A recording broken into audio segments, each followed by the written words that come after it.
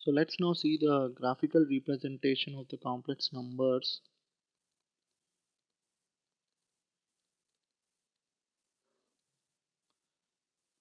Okay, so since complex numbers are constructed from pairs of real numbers, it is natural, to represent complex numbers graphically as points in a Cartesian plane, right? Because obviously complex numbers you are constructing it from pairs of real numbers. Okay, x plus iy, where x and y are real numbers. Okay, so then it is, natural to represent them in a graphical way. So now what we do is points with coordinates a comma b represent complex number present a complex number a plus ib, a plus ib. This is how the coordinate will represent. Okay, so obviously 1 comma 0 will represent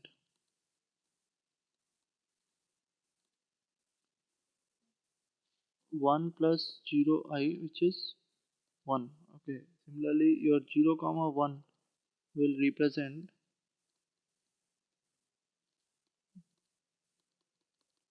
the imaginary unit I. So let me just draw it. So here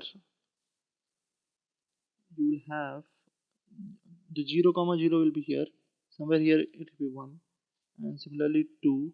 Okay, and here it will be I, and after, if you just extend it, it will be 2i, 3i, something like that. And this will be basically 1 plus I. This coordinate, this point will represent 1 plus I. This will represent 2 plus I. Okay, and similarly say the point minus 2 will be somewhere here, and here you will have minus 2i. So this point will be somewhere 2 minus 2i. Okay, so this is called the real axis, this is called the imaginary axis. And why imaginary axis? The number that is attached to the imaginary I here, say for example 2 plus I, okay, will basically represent 2 comma 1. Okay, 2 comma 1. Similarly only the imaginary numbers, the numbers that are attached to the I part, so will have will lie only on the imaginary axis.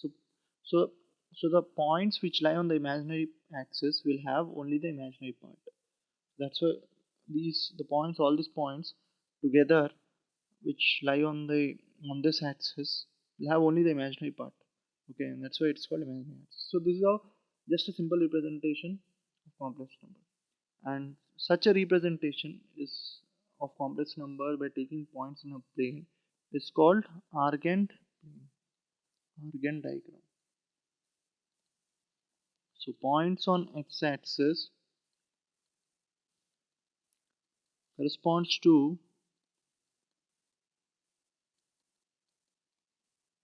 real numbers x plus 0 I. Okay, and that is real axis. And points on y-axis corresponds to pure imaginary numbers, or the complex numbers which have only the imaginary part. So something like iy is basically 0 plus I into y. Okay, so that's why all that the entire axis is called imaginary axis. Okay, so this is what we get from the graphical representation. Now other things which you can make out is the distance from origin to the point x comma y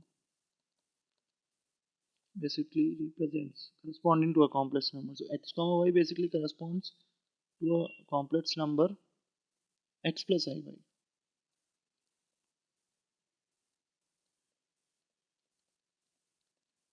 Okay, z, let's say z is equal to x plus iy. So this distance from the origin to this x comma y, which represents complex number x plus iy, is called the modulus of z and is denoted by mod z, which is nothing but mod x plus iy, and that represents the distance from origin to the. So this is how the modulus is defined. It is the distance from the origin to the point x comma y, which represents a complex number. So this is about the modulus definition. Now let's discuss what is argument. Okay, so another definition coming up. If the line from origin to x comma y makes angle theta with positive direction of the real axis,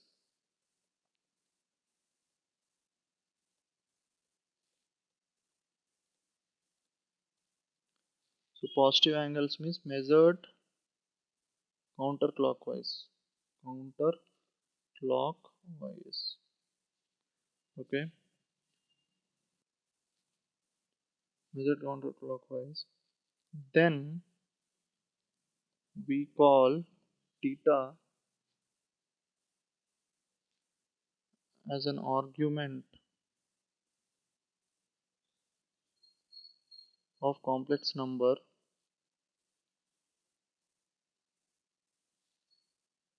z is equal to x plus iy. So that's what, uh, and this we denote by argument of z is equal to argument of x plus iy. Okay, and basically is equal to theta. So let me just explain you. Okay, you have something like this. You have, this is the origin. You have some point which represents x plus iy. Now the line joining origin to x comma y, which represents a complex number. So in the counterclockwise direction from the real axis, you have angle theta. So that is nothing but is called as the argument of this complex number. Okay. So now a couple of things. Modulus of a complex number is always real and non-negative because basically it represents distance. Okay, it's always real and non-negative. Whereas, and this modulus basically plays the same role for complex numbers that absolute value function does for real number. So this plays the same role for complex numbers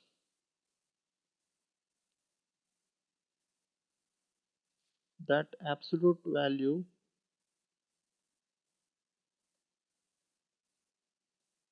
does for real numbers.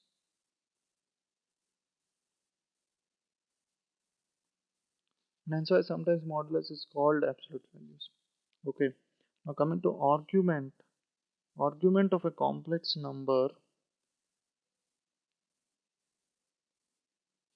is not unique. Now this is something which is, you think why.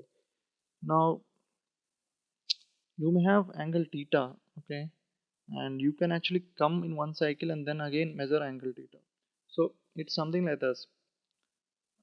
Two possible values basically differ by an integer multiple of 2 pi.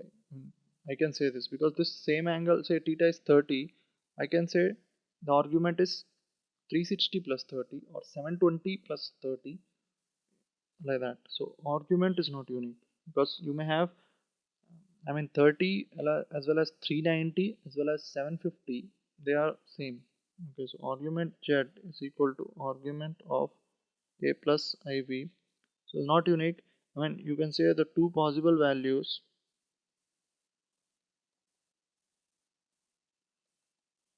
differ by integer multiple of 2 pi. Okay, so I can write this as theta, theta plus 2 pi, theta plus 4 pi, so on.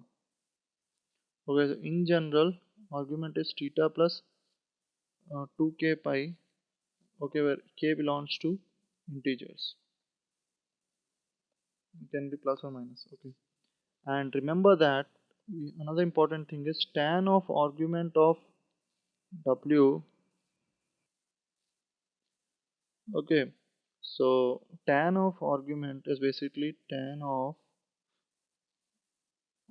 argument is basically angle. That's the thing. A plus IB, and this becomes basically B by A. We can just recall because this tan of angle, this will be basically this distance is y and this distance is x and this distance is y. So I can write tan theta as y by x. So in similar form, I can write tan of argument of A plus IB is basically B by A. Okay. So most of the time we restrict argument in this range. Either theta varies from 0 to 2 pi or we restrict in this way minus pi to pi. Okay, so in order to avoid that multiple things, restrict in this way. Okay, so now let's represent various complex numbers. Okay, so now let's represent various complex numbers and to calculate mod and argument of them. So we have seen what is modulus, we have seen what is argument. Okay, so if you have complex numbers at 2, or if you have 1 plus I and you have I, you have minus 3 plus root I. So let's call the argument. Okay, so mod 2 is 2 and the argument of 2 would be 0 because it lies on the real axis, right? 2 lies somewhere here. So the angle it makes, so this is your argand plane. Okay, then 1 plus I modulus will be root x square plus y square, so root 1 plus 1, 1 square plus 1 square root 2. The argument of 1 plus I will be basically, so 1 is somewhere here, I is somewhere here, so it is somewhere here. So this is 1 plus I, this is 2. Okay, and that angle is nothing but, this angle is nothing but tan of b by a. So tan inverse of b by a, which is tan inverse of 1 by 1, which is 45, right? That's what you can write. Then I modulus will be root 1 square will 1, and then the argument of I will be basically I is somewhere here, right? So this angle is 90. So straight away you can say, or you can find tan inverse 1 by 0, which is not defined, 90. Okay, so similarly root 3 plus I will be root over root 3 whole square plus 1, so it will be root 4 is equal to 2. So this is the modulus. Now argument of minus root 3 plus I will be basically tan inverse of b by a, that is 1 by minus root 3, which is nothing but when you can just recall that 1 is here, I mean minus root 3 somewhere here and 1 is here, so it's somewhere here. This represents minus root 3 plus I, this number. Okay, and so the angle is this angle. Okay, okay, and you can see that it's pi by 2 plus this angle, and that angle is nothing but your tan inverse 1 by root 3, or you can say tan inverse b by a, which is root 3 by 1, you can say. You can say in this way. When looking at this angle is, this is root 3 and this is 1, the distance, I mean that is 1 distance wise. So root 3 by 1, so this is pi by 2 plus pi by 3, so you can say 5 pi by 6. Okay, so this is how different complex numbers, so 2 was represented here, 1 plus I was represented here, I is represented in this way, minus 3 plus root I is represented in this way. So different complex numbers can be represented And we have calculated modulus and complex numbers of them. Modulus is the argument of them. So let's now see the polar representation of complex number.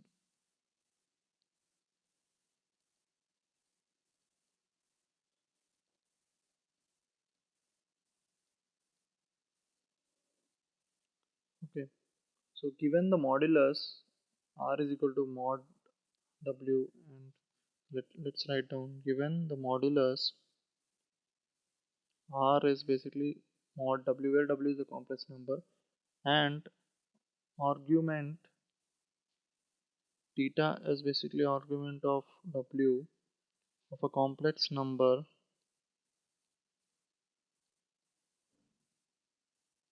w, which is a plus ib, then we have a is r cos theta and b as r sin. So this you can just readily observe from the graph.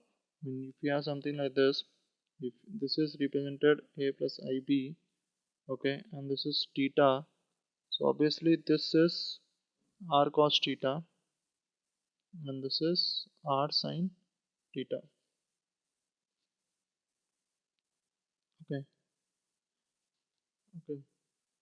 So this is your real axis and imaginary axis.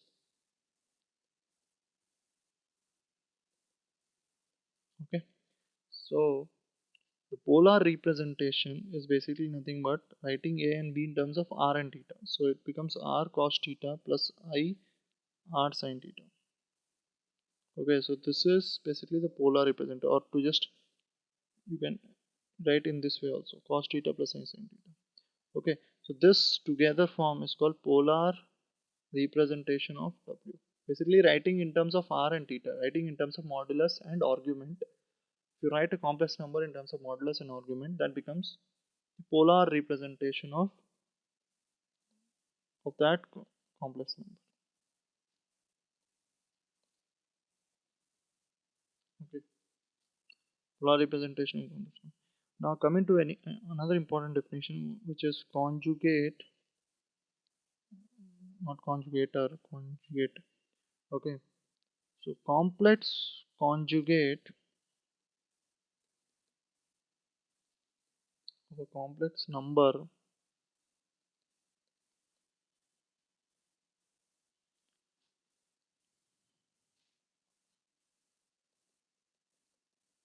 is another complex number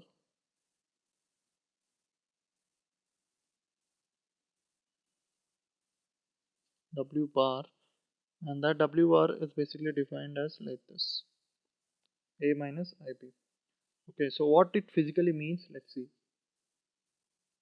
So what it typically means is that in the argand plane, let's plot, you have something called a plus ib, and this is the point which represents a plus ib.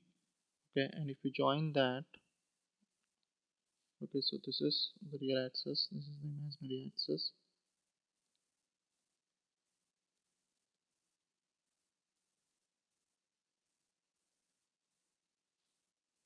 Okay, and this is how you join. Okay, so the important thing here is, how does a minus ib look like? A minus ib is the complex conjugate of a plus ib. So the real part is same, okay, and only the imaginary part has come down. The imaginary part is negative minus b. So this is how the complex conjugate looks like. Okay, on the real ordinate, the real coordinate is same a, but the abscissa is same, the ordinate has come down. Okay, so basically it is symmetric, or it's a mirror about the real axis. That's what I can say. It's basically reflection of w about the real axis. Okay, that is what is your complex conjugate. Okay, now always we write in this way, 2 plus 3i, that becomes 2 minus 3i. Similarly, complex conjugate of 3 is basically 3, because the real, I mean, if you reflect about real axis, it will be same thing. And similarly 2i, if you just reflect it, it will become minus 2i about the axis. Okay, so the real part of the complex conjugate is same as the real part of the actual complex number, whereas the imaginary part of complex conjugate is negative or minus of the imaginary part of actual w. Remember, this is minus of im of w. Okay, and whereas the modulus is same, both has same modulus, the distance is same, and the argument is reversed. I mean, this is the argument measured in the counterclockwise. If this is theta, then obviously this is minus theta. Okay, so argument of w bar is basically minus of argument of w. Okay, so we have seen the real part remains same, the imaginary part gets multiplied with minus, basically the ordinate has come down, modulus remains same, the argument has is different, the argument becomes the negative. Okay, so these are what is a complex number and what is a complex conjugate. Okay, so this was a discussion about complex number and its complex conjugate.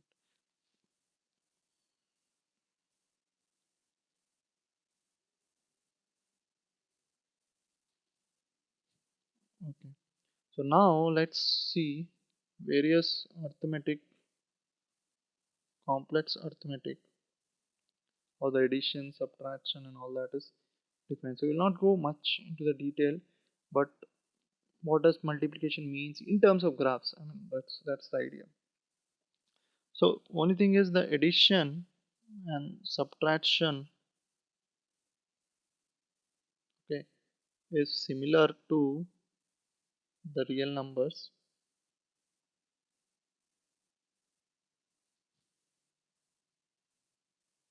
Okay, say for example you have sum and the differences. Let's see how sum and differences of these numbers are done.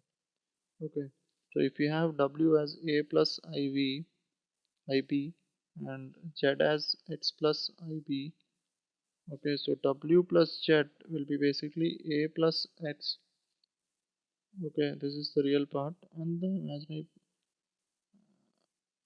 imaginary part will be b plus y. So this is how it is written. And w minus z is basically subtracting the real part, and then okay, so this is how it is done. Okay, so more or less it's similar to your real numbers. Okay, so just you have to treat as if it's a real number and then just multiply. Okay, and now multiply. So all the properties like commutative, addition is commutative, associative, all those properties hold here. Okay, now multiplication is similar to real numbers. So let's see what happens. So say for example you have 2 plus 3i and you have 1 minus 2i, so you have to just multiply. It's like x plus a plus b into x plus a. How do you, I mean, how do you multiply? So it will be like 2 into 1 2, then minus 4i plus 3i, and then it will be minus 6i square. Now I square you have to represent it as minus 1, so it will be 2 minus I plus 1, because I square is minus 1, so it is 8 minus I. So this is how multiplication is done. Okay, so it is similar to your just similar to your real number. Okay, so let's see how does multiplication looks like in Argand plane. So if you have w and z, two complex numbers, then the modulus of the product will be basically mod wz, which is nothing but mod w into mod z. Okay, and the argument of the product of these two numbers would be argument of wz, which is nothing but argument of w plus argument of z. Okay, so just to prove this, we can just take w to be a plus ib, or in fact we can just take the modulus argument form, which is r cos theta plus I sin theta. Similarly, z as x plus iy, and let's call s is the model. So r here is root over a square plus b square, and theta is tan inverse b by a. Similarly, s cos, let's call phi I sin phi, where s is basically root over x square plus y square, and phi is tan inverse b by a. Tan inverse, sorry, y by x.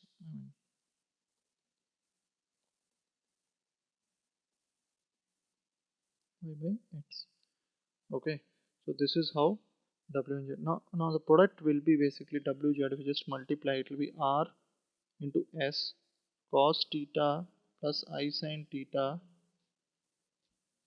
into cos phi plus I sin phi. So if you just multiply these two together, you will get cos theta cos phi plus I sin phi cos theta plus I sin theta cos phi, and then minus I square plus I square sin theta sin phi sin theta sin phi. So this becomes rs cos theta cos phi.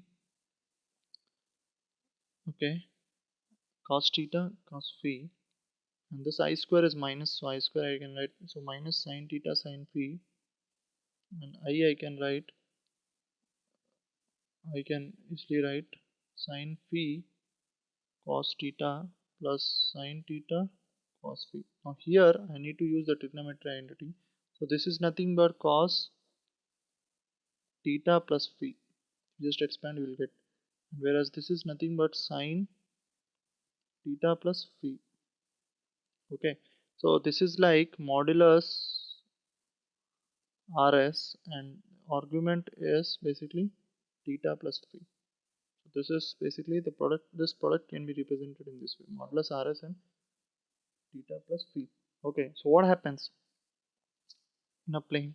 If we have, say, w is here making angle theta, z is somewhere here making angle, this angle is phi.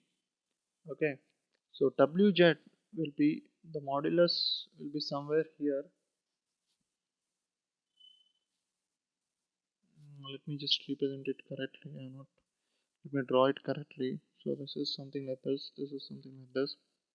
Okay, so what it means is, if I have z in this way, oh sorry, w in this way representing angle theta, and say z is in this way representing angle phi.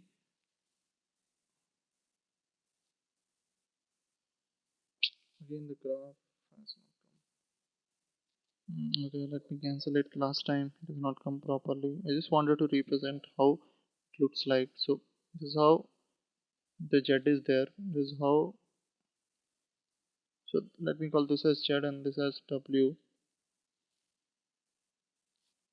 So now what it says is, your w is, I mean the wz is something like this, where the modulus is multiplied, and the angle, they say this is theta and this is phi. So this angle together, this angle will be theta plus phi. That's what the argument says. Okay, and the modulus is multiplied. So just a small representation. Okay, and now multiplication of a complex number by I, complex number by I. So let's represent what happens, multiply a complex number by I. So basically mod ij, we know the product, the product is basically, if you have z and I, two complex numbers, so product, we can write modulus to, in order to find out the product modulus, it is something like this: modulus of I is 1, so modulus of z is z. So when you multiply with I, the modulus remains same. Now the argument of ij is nothing but argument of I plus argument of z. Argument of I is pi by 2 plus argument of z. So what we see is modulus is same, only the argument has increased by pi by 2. So what happens is, if you have w like this, okay, then if you have, sorry, z like this, let me call z here because we have taken the example z. So your iz will be somewhere here. Okay, this is iz. Okay, the modulus, this modulus is same. Only thing is, if it is theta, this angle should be pi by 2 plus theta. So intermediate angle has to be 90. Okay, so this angle is pi by 2 plus theta. So basically you can say the multiplication of z with I leaves the modulus of z unchanged, but it increases its argument by pi by 2. So it's about basically rotating rotating the position vector of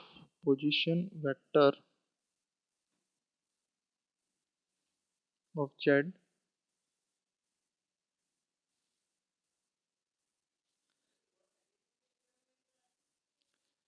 So basically multiplying the complex number by I basically rotates the position vector z counterclockwise direction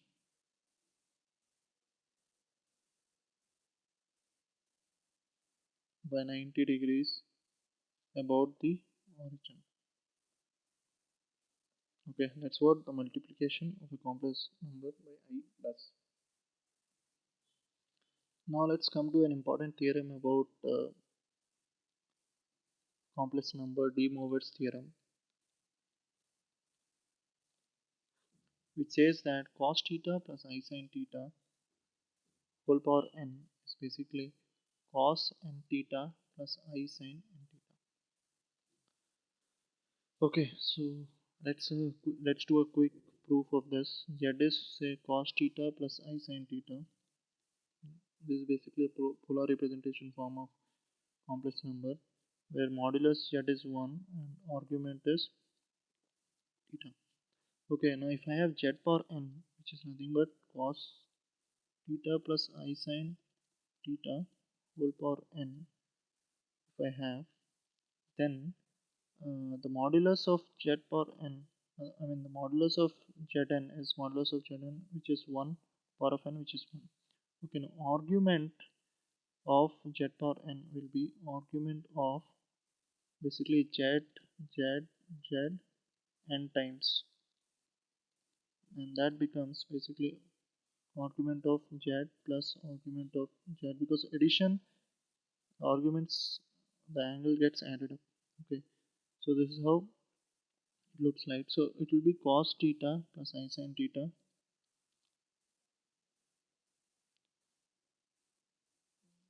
Okay, the argument is getting added. So argument of z is theta, this is theta n times, so this become n theta. So basically you have the modulus is 1 and the argument is n theta. So the new number you can write modulus as 1, argument is n, so cos n theta plus I sin n theta.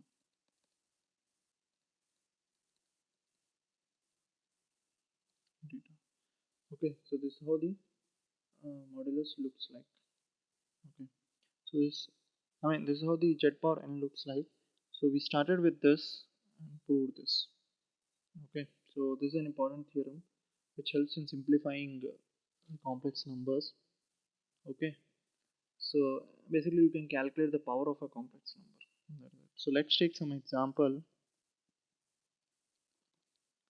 Express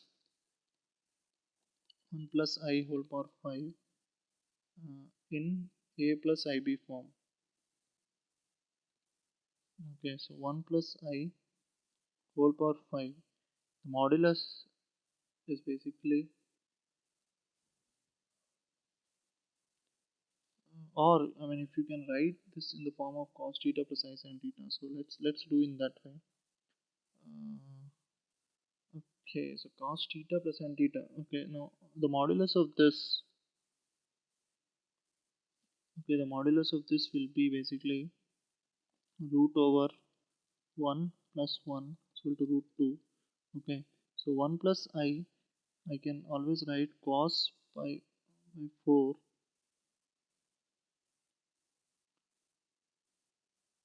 Okay, Okay, I can always write cos pi by 4 plus I sin pi by 4.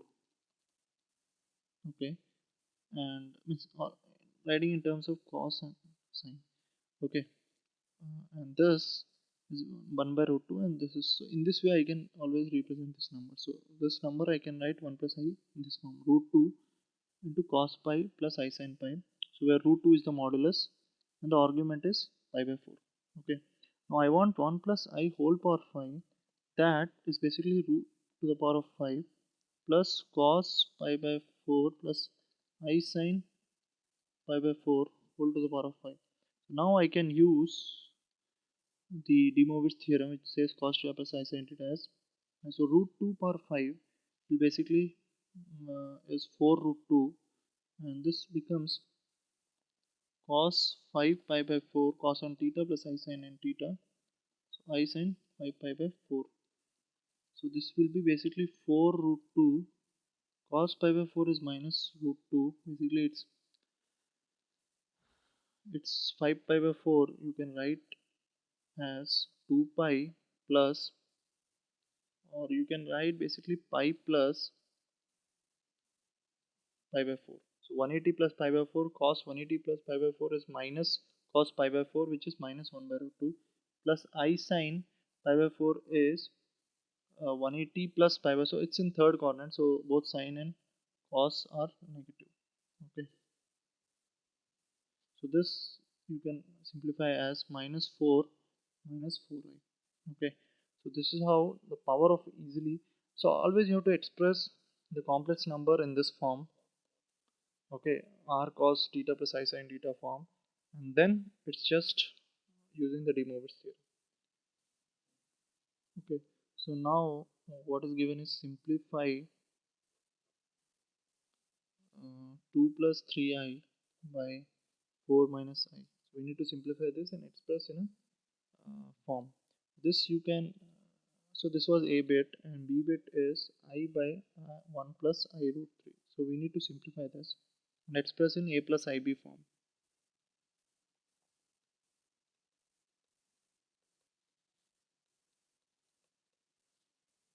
Okay, so let's take this 2 plus 3i 4 minus I. Now we can multiply with the complex conjugate throughout. Okay, so this will be 2 plus 3i into 4 plus I by 4 4 16 minus I square, which is I square is minus 1, so this is 17. So this is 2 fours 8 plus 2i plus 3 fours 12i plus I square and plus 3i square. So this will be 8 plus 14i minus 3 by 17. So this becomes 5 plus 14i by 17. So this is 5 by 17 plus 14 by 17i. Okay, this is what is the first. Now b, this is for the first bit. Now second bit is something like this. Now we need to multiply, and we need to multiply with the complex conjugate, so this will be 1 minus I root 3 in order to make the denominator to be a real number.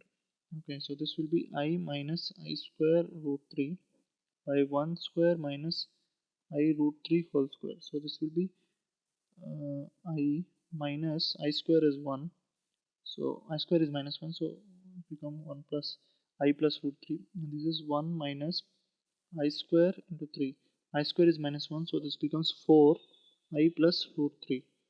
So this becomes root 3 by 4 plus I by 4. So this is the another form of simplified form of I plus 4. Okay, so now let's see roots of a complex number.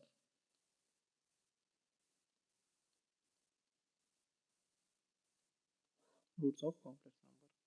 Okay, something like we had x square is equal to a, then it says plus or minus root a.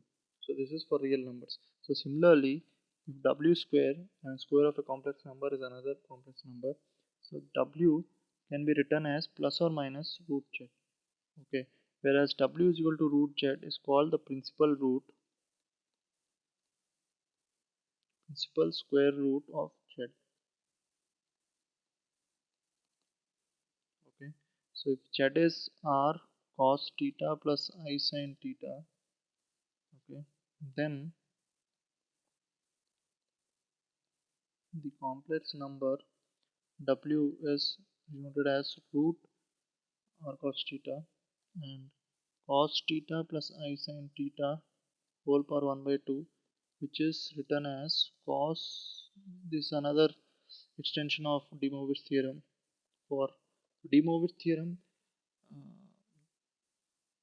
can be applied when for n, whether it's integer or n is a rational number. Okay, so this is another extension of. I don't think that it's applicable only for integers. Okay, because this will clearly, because this, if you have w something like this, okay, just think from the back. If you have w something like this, I mean, it's not, I mean, you have to think in this way. If I assume, let's not write in this way. If I assume w to be this will satisfy w square to be r cos theta plus I sin theta, because if you just, okay, so basically it satisfies this, because if you square this, okay, and use the De Moivre's theorem, you have to come in this way. Okay, so this becomes the principal root of a complex number. Okay, just to simplify ideas, let's take some examples. Say root 4, I can always, it's better to represent in polar form, so I can write cos 0 plus I sin 0, right? Okay, and root, so it will be root 4 plus cos 0 by 2 plus I sin 0 by 2, so that will be anyhow 2. Okay, similarly root I is what? So I can write modulus as 1 cos 0 plus I sin pi by 2. I can write cos pi by 2 and I sin pi by 2. Okay, cos pi by 2 is 0, so I can write I sin pi by 2. Now because of the root, it will be cos pi by 4 plus I sin pi by 4. Okay, so it is basically 1 by root 2 plus I by root 2. 1 plus I by root 2. Okay, that is the, okay. Now minus root minus 4i. How do I write this? So root minus 4i, I can write 4 is the modulus. I mean, modulus can't be negative. Now in other sense, I can write this as cos minus pi by 2 plus I sin minus pi by 2, because if minus sin pi by 2 is minus 1 and cos pi by, minus pi by 2 is anyhow 0, so this will make root minus 4. So root 4 into, this will be cos minus half of this, so minus pi by 4 plus I sin minus pi by 4. So this will be 2. Okay, and this is cos pi by 4 is 1 by root 2 minus I by root 2. Okay, so this I'm just writing out here. This will become root 2 minus I root 2. Okay, this is the square root of minus root minus 4i. Okay,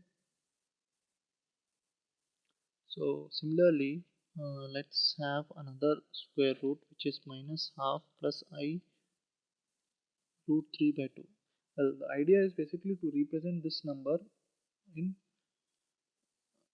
the available form. Okay, so now cos theta is minus half and sin theta is root 3 by 2. So cos theta is negative, sin theta is positive. So this can happen in the second quadrant. It can happen because second quadrant cos is negative, sin is positive.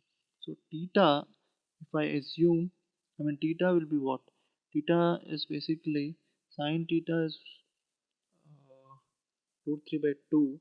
So if I assume theta to be pi by 2 plus 60, okay, so will I get, well, sin theta root 3 by 2. So you can actually try to find out this. I mean half, if I put 30 sin, yeah, I think pi by 2 plus 60 should do the trick. So I think pi by 2 plus 30 will do the trick, because pi by 2 plus 30 is basically 2 pi by 3 or 120. Okay, so cos 120 is basically cos 90 plus 30, which is because of 90 sign will change, so sine, and it is negative in the third corner, so minus sine 30 is minus half. Similarly, sine 120 is basically sine of 90 plus 30, which is cos 30 with a plus sign because sine is positive, so cos 30 is root 3 by 2. It's basically sine 60, which is root 3 by 2. Okay, so basically the angle is 120, so I can express minus half plus I root 3 by 2 as cos, because the modulus is 1. I mean, you can always look at the modulus. Modulus of minus I plus root 3 by 2 is basically r, which is nothing but 1 by 2 whole square plus root 3 by 2 whole square. So this is half plus 3 by 4. 1 by 4 plus 3 by, which is 1. So basically the modulus is 1, so I can express this in cos theta plus I sin theta form, or cos 2 pi by 3 plus I sin 2 pi by 3. Okay, so therefore now minus half plus I root 3 by 2 is basically r cos theta by 2 plus I root r sin theta by 2, right? Okay, so root r is 1. Okay, cos 2 pi by 3, half of that is pi by 3 plus sin pi by 3. So this is basically cos 60, which is half, and sin 60 is root 3 by 2. Okay, so the root of minus half plus I root 3 is basically half plus I root 3. Okay, so in general, if there's a statement coming here, if z is a non-zero complex number and theta is principal argument means without taking, I mean taking theta, restricting theta to be in the interval minus pi to pi. So theta is the principal argument of z, that is theta lying here. Then the nth root of z can be written in this way: modulus 1 by n cos theta by n plus I sin theta by n. Okay, so till now, before this we saw just the square root, but in general the nth root of a complex number can be written in this way, where this is called the principal nth root of z. Okay, this is called the principal nth root of z. So this is the general. So we have seen the square root, and this is the nth root of z. So this was all about reviewing whatever we are supposed to know in complex numbers. We have seen what is starting from what is imaginary unit I. First we have seen why we need complex numbers. Then we have seen what is imaginary unit I and how to express complex numbers. What is modulus? What is argument? And then we have seen how to represent complex numbers in argand plane, basically in coordinate plane, where each term x comma y represents x plus iy. And then in terms of the argand plane, what is argument, what is modulus? Modulus is the distance between the origin to the complex number. Argument is the angle measured in counterclockwise direction from the x-axis or from the real axis. Then we have seen what is real axis, what is imaginary axis, and then we have seen how to multiply, how to add, I mean basically the complex arithmetic part. But before that we have seen what is complex conjugate. Okay, and then what happens in addition, what happens in multiplication. Important point in multiplication is that when you multiply a complex number with imaginary unit I, it gets rotated by 90. Position vector gets rotated by 90. And then we have seen how to simplify complex numbers. We have seen De Moivre theorem, which is a very important theorem. And then we have seen roots of complex number, basically the square root, and now the nth root of a complex number. So now after learning what is a complex number and basic, now we have some basic knowledge of complex numbers. So let's now see functions of complex numbers. So functions of complex numbers means you may have function of x. Let's say something 3x square plus 2 is basically a function of x. So similarly, like I can have 3z square plus 2, or something like log x, I can have log z. E power x, I can have e power z. So all that, let's go to next section, which is complex functions.